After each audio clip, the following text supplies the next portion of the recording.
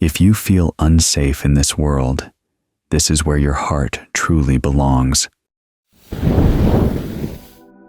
We live in a dangerous world, and we try to forget about that. There are dangers of all kinds, just being in the universe. I was reading the other day about gamma ray bursts. Long ago, the Earth apparently was subjected to a pretty severe one. If it happened today, all our electronics would be fried. If it came from a star that was nearby, the whole Earth would be fried. Then there are asteroids, all kinds of stuff flying around. So just being on Earth, we're in a dangerous place. Living in human society is even more dangerous. The things that people can do to us to harm us physically, that's one thing. But the things they can do to harm us mentally and emotionally, that's a lot worse. The worst things they can do would be to get us to do unskillful things that will lead to bad consequences for us down the line. Our mind is so susceptible to outside influences that we need protection. This is one of the ways in which the Buddha, the Dhamma, and the Sangha can give us refuge. They give us standards to stand against those of the world. The world says that material wealth is the best thing there is. Power is the best thing there is. Beauty, fame. The Buddha says, no, those things will change on you.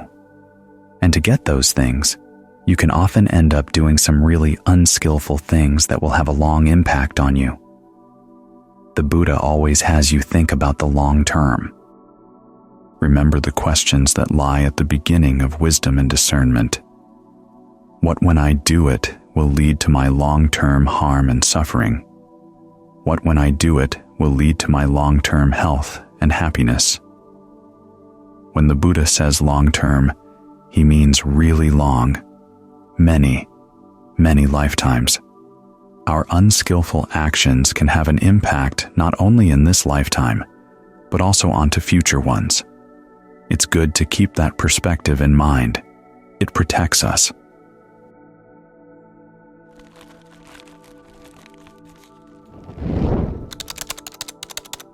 The Buddha talks about teachers providing protection for their students.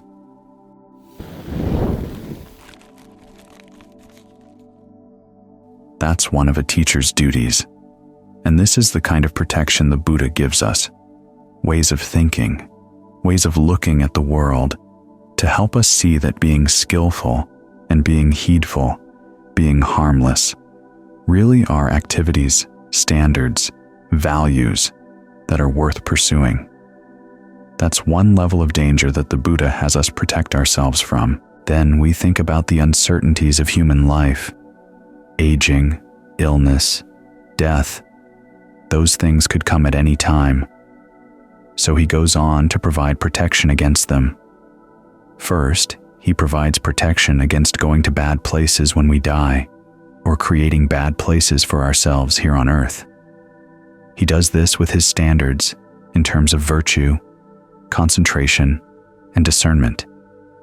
He helps to protect us against our doing unskillful things, thinking unskillful things, saying unskillful things, because the uncertainties of the world are nothing compared to a mind that's uncertain, that can't trust itself.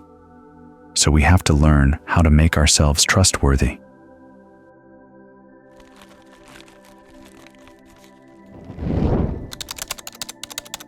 This is why the precepts are such an important part of the practice.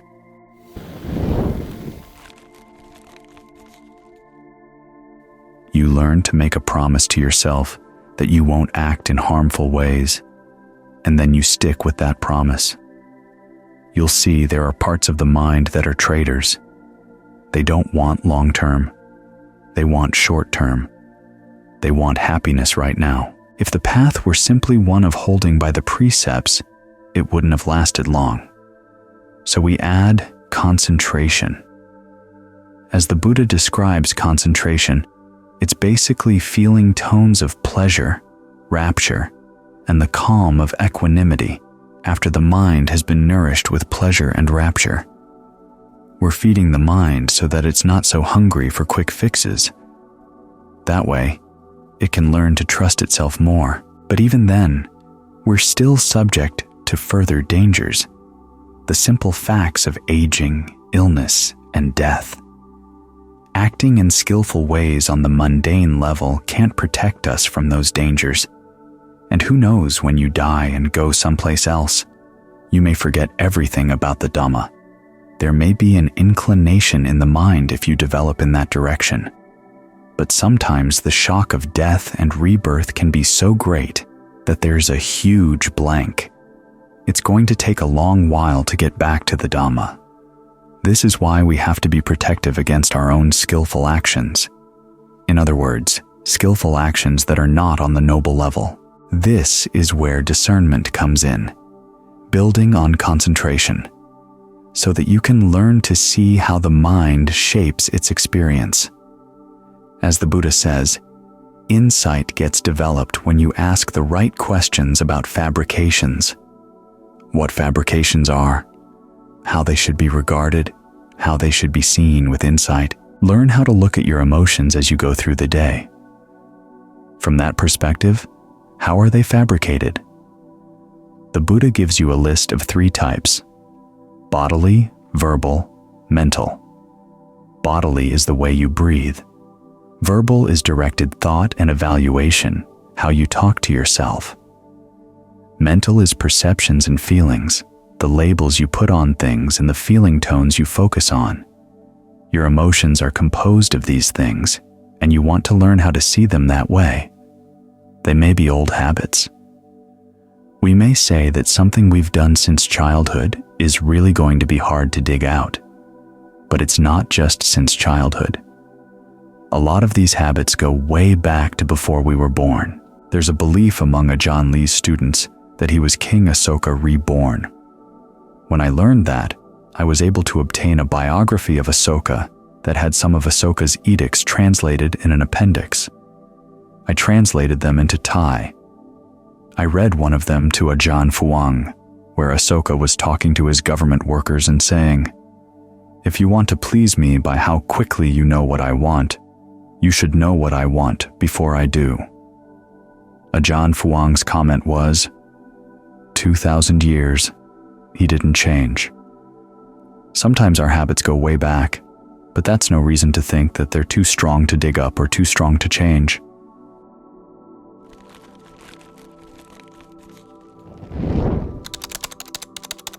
Ajahn Suwat had a nice image.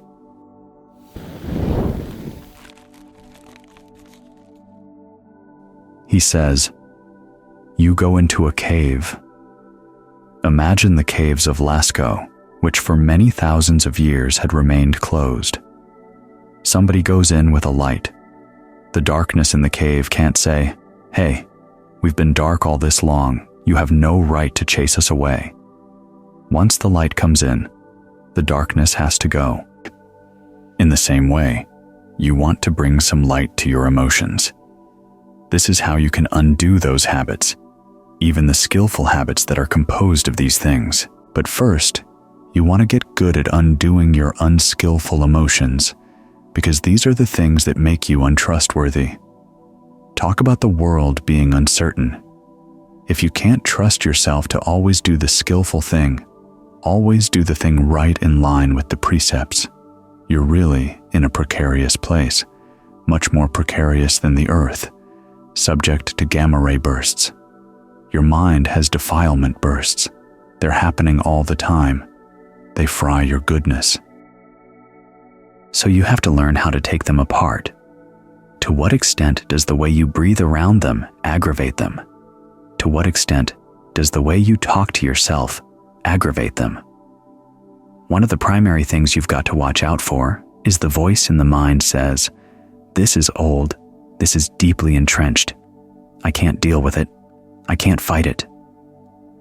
That's the defilement's first line of defense. Then, when it comes back, it says, See, I'm coming back." But you have to say, "Okay, you're coming back again, but I can fight you again." One of the important things in the practice is that you don't count the number of times you've dealt with a defilement. You just keep dealing with it every time it comes out, as best you can.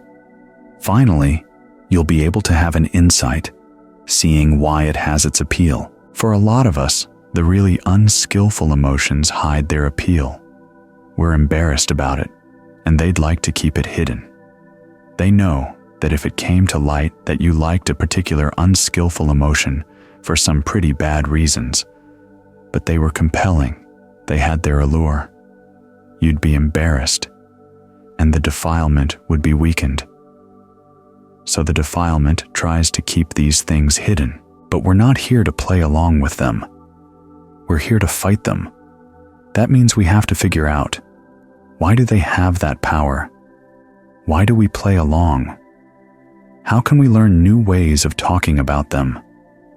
Ways that change our allegiance. Ways that don't get discouraged. Then, of course, there are the perceptions we have around them. Say there's anger or ill will. We have to look at the perceptions we have about the object of our anger and ill will. We have to look at the perceptions we have about the anger and ill will itself. Let me tell you something. I don't have any ill will. I just want to see justice down, you might say.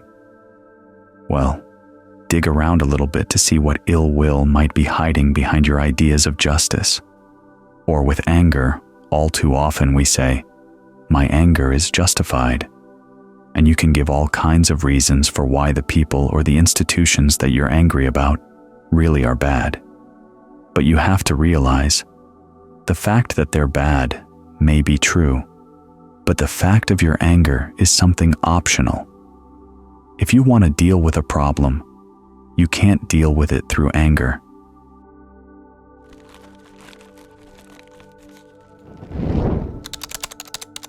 This is another misperception we have.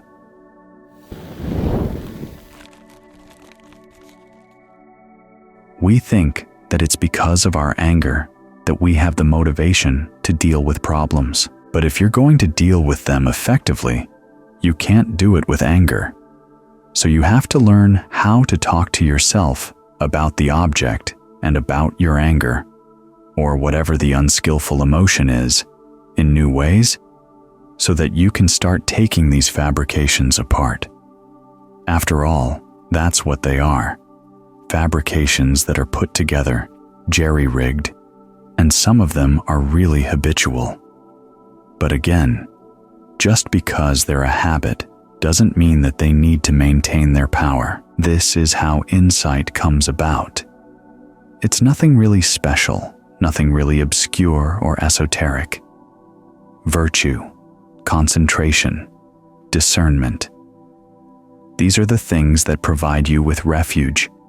They may be unable to protect you from gamma-ray bursts or asteroids, but they can protect you from doing unskillful actions, and they can protect you even from the dangers of skillful actions if you really follow them well. You get to the karma that brings an end to karma, because the only really safe, secure place is Nibbana. That's why the Buddha listed safety, security, the secure, harbor, and refuge as epithets for Nibbana. That's when you're going to be safe in all dimensions, in all ways. Up until then, you have to accept the fact that you're living in an uncertain world. But the real danger is the fact that you're uncertain inside. Now, the world will always be uncertain, but inside of you doesn't have to be uncertain. This is the message of the Buddha's teachings. He was able to find a happiness that was certain and secure. And he points out the way to us. We live in a world where that way is still open. That much is good about the world right now. There will come a day when people forget, and someone will have to find the path all over again. So take advantage of the fact that the world does offer this opportunity right now, and see how far you can take it. To be sure, the Buddha had lots of names for the state of mind, free from passion, aversion, and delusion. Nibbana, unbinding, is only one of them. Its meaning is freedom. That's one of the attributes of that state of mind. Another attribute is one of safety. Refuge, harbor, the secure. These are some other names of that same state.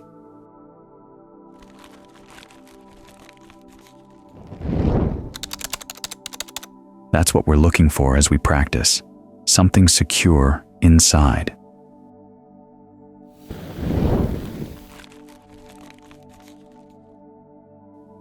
As you look at the world around you, and as you look inside your own mind, there's a lot of insecurity. There's a lot of change, a lot of things that are unreliable, especially in your own mind.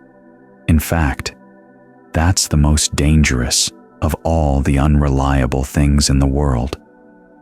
The mind can be so quick to reverse itself that the Buddha said there's no adequate analogy for how quick it is. You're practicing, and all of a sudden the mind switches directions and says, "No more, enough." It can all be very arbitrary. Sometimes it's because the practice is going very well. You decide, this is good enough. I'll content myself with this. Other times, you switch because it's not going well. You put in a lot of effort and you're not satisfied with the results. Instead of looking inside and saying, there still must be something wrong in what I'm doing, you decide that there's something wrong with the Dhamma. So this quality of the mind that's so unreliable is really scary. You can make up your mind to do a lot of good because you want to help the world. But if the mind switches on you, what are you going to do then? We see this with a lot of people who are very corrupt, and yet they seem to have a lot of success in life.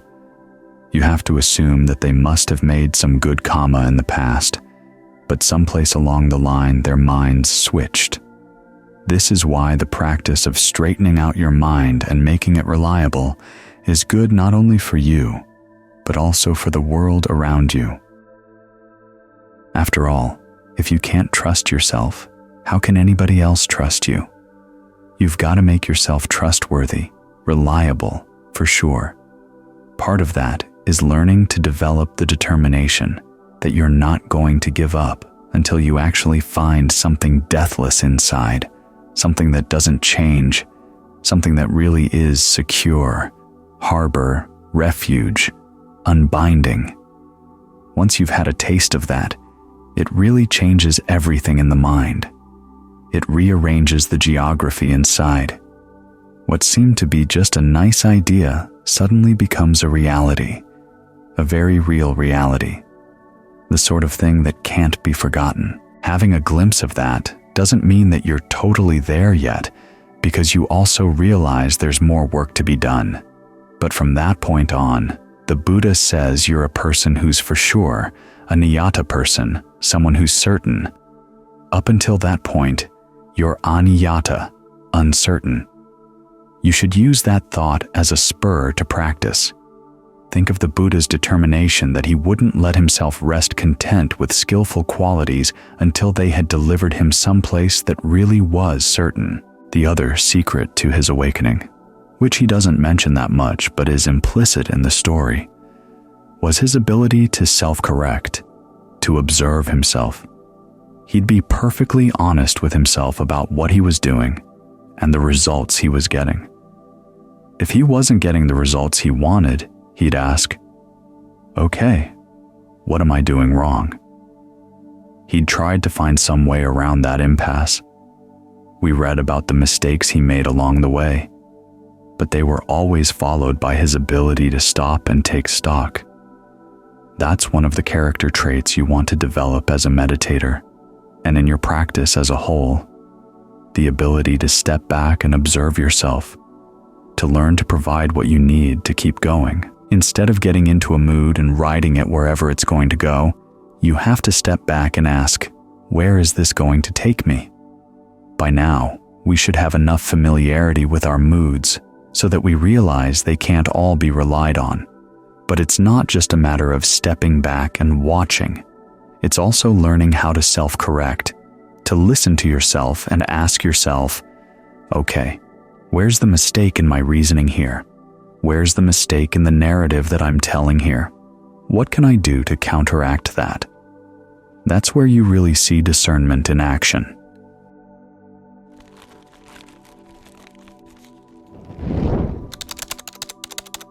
It's like learning how to be a tightrope walker.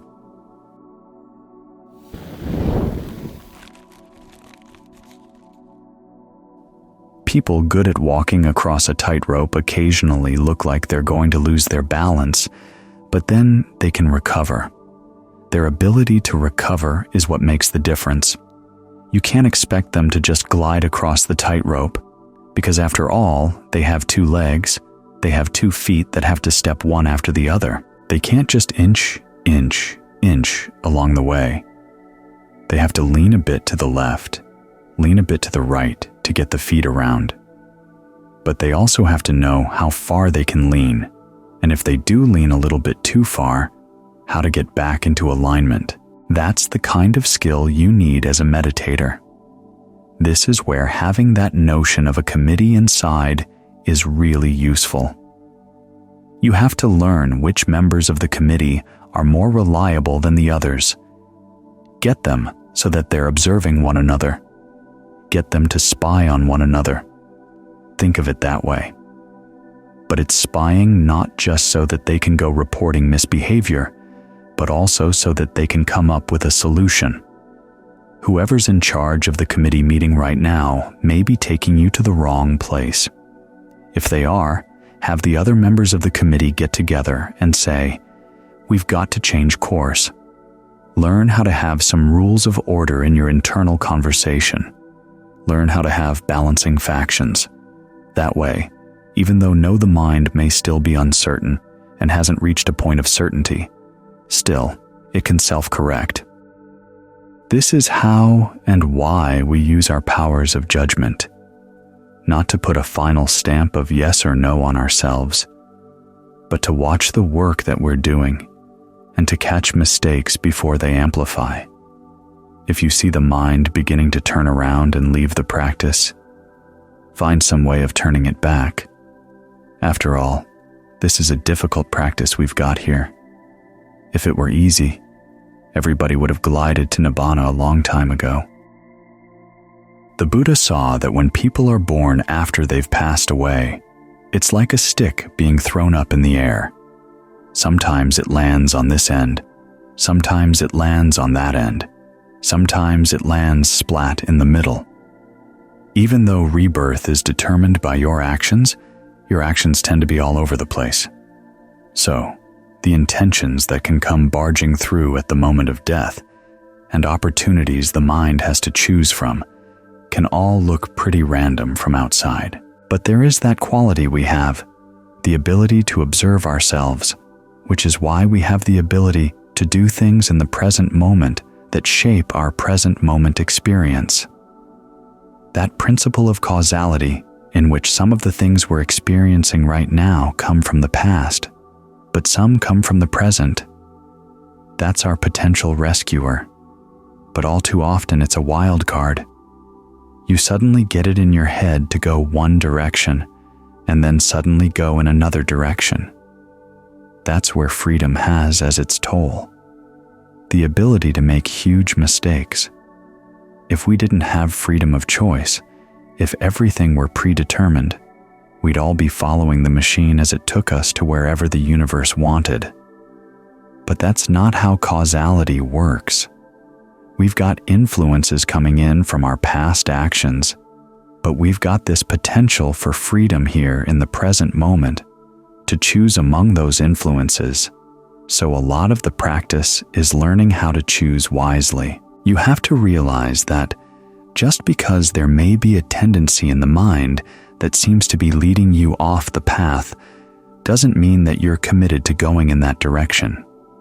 We have this strange set of values under which, when something unskillful comes in, we fall under its power and feel that we're committed to it, that we have to see it all the way through.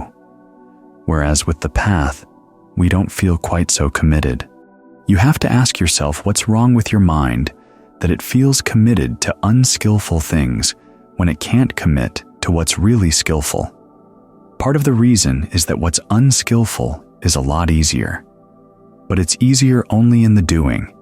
It's going to entail a lot of trouble down the line. So one of the voices that you need to listen to is the one that's asking, what are the long-term consequences going to be? Where is this going to lead? A lot of times you know it's going to lead down, and still you go with it. You have to ask, why? What's in the mind? What's gotten into you? So again, think of the committee. You've got lots of different voices in there, so look for the wise ones. Look for the ones who are concerned about long-term consequences. Understand that the most dangerous thing in the world is your own mind. The most dangerous thing you're responsible for is your own mind. It's not the case that you're the only one who will suffer if the mind changes direction. Other people will suffer too. But if you can straighten out your own mind, other people will benefit. So this is not a selfish practice. It focuses on what you're doing. It focuses on your happiness, but with a realization that there's a ripple effect. Each of us is a causal node, you might say, making decisions freely in the present moment that send out ripples and feeling the ripples of other people's decisions. We can't get into other people and make their choices for them. Each person has to be responsible for his or her own choices, which means that we have to be very responsible for our own. So keep your hands firmly on the controls and try to take advantage of the fact that you do have this freedom of choice in the present moment. Try to use it wisely, because if you're wise in how you use it, it can lead you to a state of security. You don't know that for sure until you get there, but at least it's a possibility, and we live in this world where so many things try to deny that possibility. We have to actively resist their influence and respect our desire for a genuine refuge and our sense of responsibility inside. So don't abandon the path now that you've found it. You want to see it all the way through.